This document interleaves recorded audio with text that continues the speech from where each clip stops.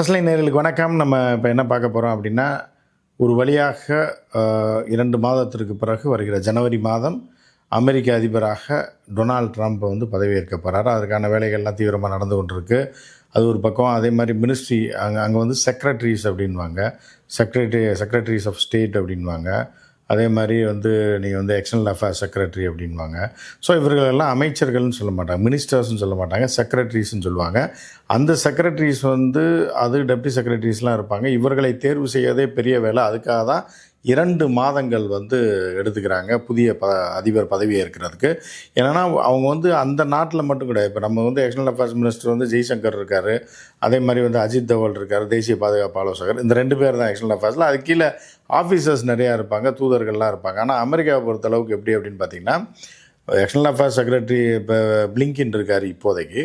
So அது இருந்தாலும் அது போக மிடில் ஈஸ்ட்டை பார்த்துக்கிறதுக்கு ஒருத்தர் இருப்பார், யூரோப்பை பார்த்துக்கிறதுக்கு ஒருத்தர் இருப்பார், சைனாவுக்கு மட்டும் ஒருத்தர் இருப்பார், நான் ரஷ்யாவை பார்த்துக்கிறதுக்கு அந்த ரீஜனை பார்த்துக்கிறதுக்கு ஒருத்தர் அப்பாயின்ட் பண்ணியிருப்பாங்க. இப்படி வந்து எக்ஸ்டர்னல் அஃபேர்ஸில் மட்டும் மினிஸ்டர் ரேங்கில் ஒரு 10 பேர் இருப்பாங்க. உலகம் முழுவதும் அந்தந்த இதில் உள்ள ஸ்பெஷலிஸ்ட் இருப்பாங்க. அங்கங்கே அந்தந்த நாட்டில் என்ன நடக்குது, அந்த நாட்டில் நம்ம என்ன கேம் ஆட போகிறோம், எவனை கவுக்க போகிறோம், எவனை குழியில் போட்டு புதைக்கணும், யாரை மேலே தூக்கி விடணும், எவ்வளோ நாளைக்கு தூக்கி விடணும், இது எல்லாத்தையும் வந்து இது எல்லாத்தையுமே டிசைட் பண்ணுறது யூஎஸ்ஆ தான் இருக்குது அப்படின்னு நம்ம பார்க்குறோம்.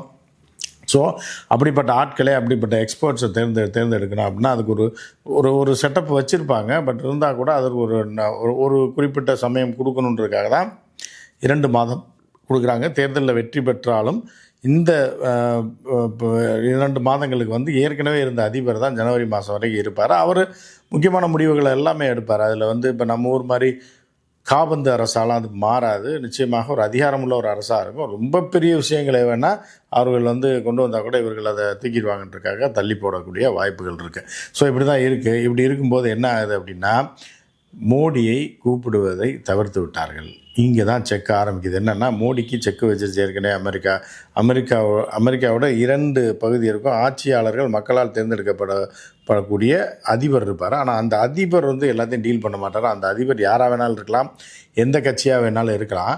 ஆனால் அமெரிக்காவுடைய ஒரு அண்டர் கரண்ட், அதாவது என்னென்னா முதுகெலும்பு என்று சொல்லக்கூடிய உளவு பிரிவு, சிஏவாக இருந்தாலும் சரி, வேறு ஒரு சில குழுக்கள்லாம் இருக்குது. இவர்கள் தான் இந்த உலகத்தை எப்படி கொண்டு போகணும், நம்ம கீழே எப்படி அடிமையாக வச்சுருக்கணும், யாரை எங்கே கவுத்தணும், எவனை எந்த ஆட்சியை கவுத்திடணும், எந்த நாட்டில் என்ன வேலையை செய்யணும் அப்படின்றத அவர்கள் முடிவு செய்வாங்க. அது அதிபர் பதவி ஏற்றாலும் சரி, ட்ரம்ப் வந்தாலும் சரி, பைடன் இருந்தாலும் சரி, அவர்கள் செய்ய வேண்டிய வேலையை அவர் செய்து கொண்டே தான் இருப்பாங்க. அதில் ஜுடிஷியரி இருக்கும், சிஐஏ இருக்கும், FBI இருக்கும், இன்னும் பல வெளியே சொல்ல முடியாத பல பிரிவுகள்லாம் இருக்குது. இவர்கள் தான் அதை இயக்கி கொண்டிருப்பார்கள். அந்த வகையில் தான் மோடிக்கு செக் வச்சுட்டாங்க. நம்ம ஏற்கனவே போட்டிருந்தோம். அந்த செக்கு வந்து என்ன ஆகுது அப்படின்னு பார்த்திங்கன்னா, மோடியை இந்த ஆட்சியை விட்டு அகற்றுவது, அதாவது இந்தியாவில் உள்ள பிரதமராக இருக்கக்கூடிய மோடியை அந்த பதவியை விட்டு அகற்றுவதற்கான வேலைகளை எலெக்ஷனுக்கு முன்னாடியே செஞ்சாங்க. ஆனால் அதையும் உடைத்து விட்டது ஆர்எஸ்எஸ் வந்து கொஞ்சம் பேக் சப்போர்ட் பண்ணாலும் மோடி இண்டிவிஜுவலாக வந்து என்ன பண்ணாருன்னா, வேற ஒரு கேம் ஆடி பாரதிய ஜனதா கட்சி தலைவரை தன் வலைக்குள் வேற வச்சு நட்டாவை அவருக்கு வந்து பதவி நீடிப்பு கொடுத்து தன்னை பிரதமர் வேட்பாளர் என்று சொல்ல வைத்து அவருக்கு ஒரு அமைச்சர் பதவி கொடுத்து ஆட்டையை முடிச்சிட்டாங்க. ஸோ இது ஈஸியாக வந்து மோடி அமித்ஷாவும் சேர்ந்து இந்த காயை நகர்த்தினோன்னே இதில் அமெரிக்கா வந்து ஆஃப் ஆயிடுச்சு. ஸோ ஆஃப் ஆனதுக்கப்புறம் என்ன பண்ணாங்கன்னா, வேறு ரூபத்தில் வந்து இது அமெரிக்கா வந்து 10 வருடத்திற்கு மேலாக 10-12 வருடமாக செய்து கொண்டிருக்கிறது. ஏற்கனவே வந்து இப்போ எப்படி இப்போ சொன்னால் தான் உங்களுக்கு புரியும் அப்படின்னா, பங்களாதேஷை ஒரு கிழவனை வச்சு ஆட்டையை போட்ட மாதிரி தான் நம்ம வந்து அண்ணா ஹசாரே என்கிற ஒரு கிழவனை வச்சு திடீர்னு அவன் அந்த ஆள் யாருன்னே தெரியாது, அவனை வந்து இறக்கி விட்டு அந்த ஆள் அதிபராக கொண்டு வந்து டோட்டலாக இந்த நாட்டையே அவர்கள் கட்டுப்பாட்டுக்குள்ளே எடுக்கலாம் அப்படின்னு சொல்லி பிளான் போட்டாங்க. அதுவும் இந்திய மக்கள் அது என்னானே உண்மை தெரியலன்னா கூட அப்படிப்பட்ட ஆட்களை ஏற்றுக்கொள்ளவில்லை, முறியடித்து தூக்கி விட்டாங்க. அதுக்கடுத்து பாரதிய ஜனதா கட்சி ஆட்சி வந்துச்சு.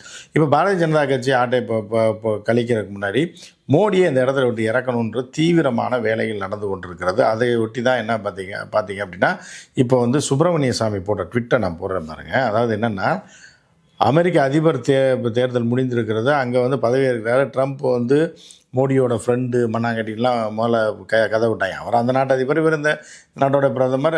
அப்படி இருக்கும்போது ஒருத்தர் ஒரு கான்டாக்டில் இருக்கிறது உண்மை தான். ஆனால் என்ன அப்படின்னு பார்த்தீங்கன்னா, இப்போ வந்து பதவியேற்புக்கு ஜின்பிங்குக்கு அழைப்பு கொடுத்துருக்காரு. அதாவது சீனா வந்து அமெரிக்காவோட எதிர்ப்பு, அதாவது அமெரிக்காவோட முதல் எதிரி யாருன்னா ரஷ்யா, 2வது சீனா அப்படின்னு தான் சொல்லுவாங்க. ஆனால் சீன அதிபருக்கு அழைப்பு கொடுத்துருக்கிறது அமெரிக்கா வெளியுறவுத்துறை. என்ன அப்படின்னு பார்த்தீங்கன்னா, ட்ரம்ப்போட பதவியேற்புக்கு வர சொல்லி, ஆனால் மோடிக்கு அழைப்பு கொடுக்கல. இப்போ இது வந்து வெளியுறவுத்துறையோட மிகப்பெரிய தோல்வி, இது ஒரு அவமானம் அப்படின்னு சொல்லி சூனாசாமி வந்து ஒரு ட்விட்டு போட்டிருக்கு நேற்று. சரியா, அதை போடுறேன் பாருங்கள். ஸோ இப்படி இருக்கும்போது என்ன இது உண்மையிலே இதா அப்படின்னு பார்த்தா, இவர்களால் ஏன் செயல்பட முடியலன்னா, அஜித் தோவல் மேலேயே ஏன்னா பிடிவாரண்டு பிறப்பிக்கப்பட்டிருக்கு அமெரிக்க நீதிமன்றத்தில். சம்மனுக்கு ஆஜராக சொல்லியிருக்காங்க. அது ஒரு பக்கம் போயிட்டுருக்கு. அதே மாதிரி இப்போ நீங்கள் வந்து அதானியை சம்மனுக்கு ஆஜராக சொல்லி நியூயார்க் நீதிமன்றம், மாவட்ட நீதிமன்றம் ஒன்று அனுப்பியிருக்கு. பன்னூன் என்கிற அதாவது சீக்கிய பிரிவினைவாதத்துக்கு சப்போர்ட் பண்ணக்கூடிய ஒரு நபரை கொலை செய்ய முயற்சி செய்ததாக நடந்த விவகாரத்தில் அந்த பன்னூனே போய் ஒரு சிவில் கேஸ் தொடர்றான்.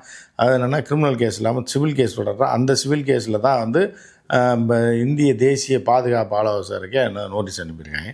இதெல்லாம் வந்து ஏற்றுக்கொள்ளவே முடியாத ஒரு விஷயமாக இருந்தாலும் விரைவில் வந்து மோடியை அந்த பதவியை விட்டு அகற்ற வேண்டும் என்று அமெரிக்கா தீவிரம் காட்டி வருகிறது அப்படின்றது நமக்கு நல்லா தெரியுது.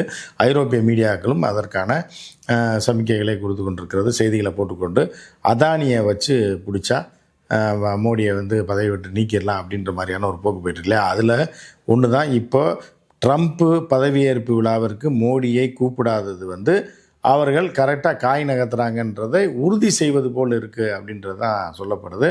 எனவே இப்போ இது அதாவது சர்வதேச அளவில் எங்களுக்கு 2வது எதிரியான சீனாவில் உள்ள அதிபர் ஜி ஜின்பிங்கை கூப்பிடுவீங்க, ஆனால் மோடி ஃப்ரெண்டு. இதுக்கு இடையில் என்ன ஆயிடுச்சுன்னா, மோடி வந்து ட்ரம்ப் தோற்றதுக்கப்புறம் மீண்டும் அமெரிக்க அதிபர் தேர்தலில் பொறுத்தளவுக்கு அடுத்தடுத்து 2 முறை இருப்பாங்களே தவிர ஒரு கேப் விட்டுட்டுலாம் யாரும் வந்ததில்லை. சரித்திரத்தில் வந்து சாதனை செய்தவர் ட்ரம்ப் தான். ஸோ அப்படி இருக்கும்போது மோடி என்ன கணக்கிட்டால், ட்ரம்ப் இருந்தார், அவர் முடிஞ்சிட்டார், இனி வரவே மாட்டாருன்னு நினச்சிக்கிட்ட நேரத்தில் உடனே என்ன பண்ணாங்கன்னா, இந்திய வெளியுறவுத்துறையை பொறுத்தளவுக்கு அப்படியே ஒரு பவுடர் அடித்து பைடனுக்கு சப்போர்ட் பண்ண ஆரம்பிச்சு. இது வந்து ட்ரம்ப்பை வந்து ஒரு உதாசீனப்படுத்திட்டு பைடனை சப்போர்ட் பண்ணி, முதல்ல பைடன் வந்து ஒட்டவே இல்லை மோடிட்ட. ஏன்னா ட்ரம்ப்போட லிங்க் இருக்கிறது அப்படின்னாலும் அது வேறு கட்சி இது வேறு கட்சின்ற மாதிரி இருந்தது. அதுக்கப்புறம் பைடனோட இவர்கள் டையை போட்டு அவங்க வீட்டில் போய் விருந்தெல்லாம் சாப்பிட்டு பல வேலைகள் பண்ணவுடனே ட்ரம்ப்பை கண்டுக்கிறவே இல்லை மோடி. திருப்பி ட்ரம்ப் வருவார்னு இவர்கள் எதிர்பார்க்கவே இல்லை. மீண்டும் ட்ரம்ப் வந்ததுக்கப்புறம் இவர்களே மதிக்கலை. ஆரம்பத்தில் இன்விடேஷனே கொடுக்கலன்னா பார்த்துங்க அடுத்து எவ்வளோ உக்கிரமாக இருக்க போது பதவியேற்றதுக்கு. அப்புறம் மோடி அரசை கவிழ்ப்பதற்கு அவர்கள் எப்படியெல்லாம் இறங்க போகிறாங்க அப்படின்றது ஒரு சர்வதேச அளவில் ஒரு பெரிய டாக்காக க்ரியேட் ஆகிருக்கு. அதுக்கேற்ற மாதிரி தான் யூரோப்பியன் மீடியாஸும் பல செய்திகளை போட்டுட்டு வருது.